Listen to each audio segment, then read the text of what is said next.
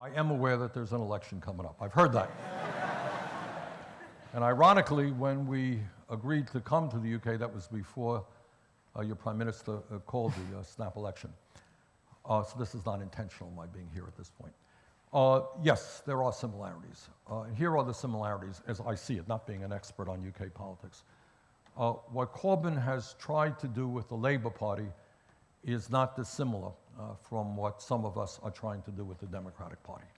And that is make it a party which is much more open and inviting for working people and young people, and not have kind of what we call a liberal elite making the decisions from the top on down, but making decisions from the bottom on up. So that's one area where I think that what Corbyn is doing is trying to revitalize democracy, bring a lot of new people into the political process, and I think that that is an excellent idea. That's what we need to do in countries all over the world, and certainly what we are trying to do in the United States. Second of all, Corbyn, I think, has shown a lot of courage in dealing with some of the economic issues that I do a lot of time talking about in the United States. Let me be very honest with you.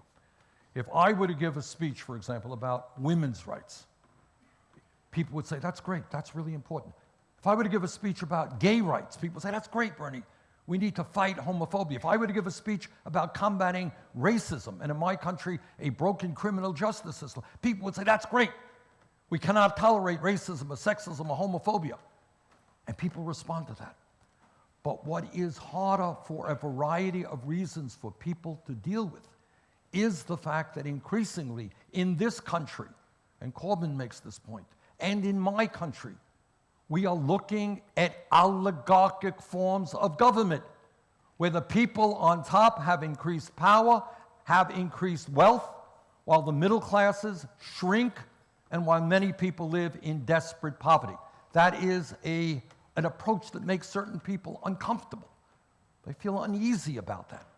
But I applaud Jeremy Corbyn for raising those issues, because at the end of the day, if we are going to create governments that work for all of us, if we're going to deal with healthcare and create great educational systems and protect the environment and combat climate change and deal with issues like women's rights and gay rights and combating racism, we need to have a government of what Abraham Lincoln in America described, a government of the people, by the people, and for the people, and not a government of billionaires and large multinational corporations. So I applaud Corbyn for raising those issues, which I think are important for my country, for the UK, and for every major country on earth.